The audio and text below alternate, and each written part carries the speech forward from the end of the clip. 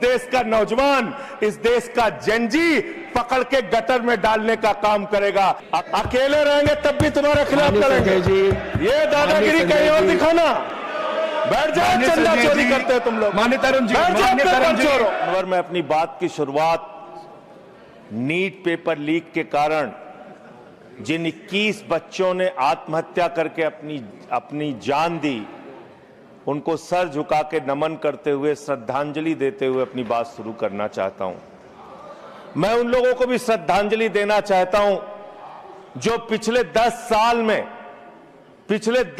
में 1,23,000 छात्रों ने सुसाइड किया, आत्महत्या किया और 2,000 छात्र हर साल सिर्फ पेपर लीक के कारण आत्महत्या की जिन्होंने।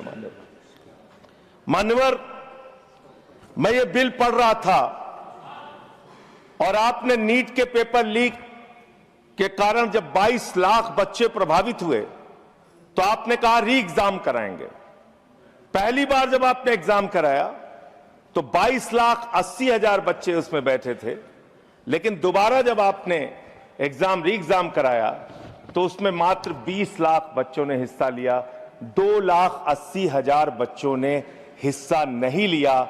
उस गुनाह के लिए, उस पाप के लिए जिम्मेदार कौन है? यह बिल देख के मुझे लगता है कि सरकार खुद स्वीकार कर रही है कि देखो भाई, पेपर लीक तो होगा, पेपर लीक हम नहीं रोक पाएंगे। हत्या के खिलाफ सख्त कानून बनता है, बलात्कार के खिलाफ सख्त कानून बनता है, तो कोई हत्या का अपराधी होता है, बलात्कार का अपराधी होता है जिसको सजा मिलती है।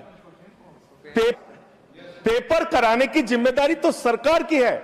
आपको अपने ऊपर कॉन्फिडेंस ही नहीं है कि आप ऐसा पेपर कराएंगे जिसमें पेपर लीक ना हो।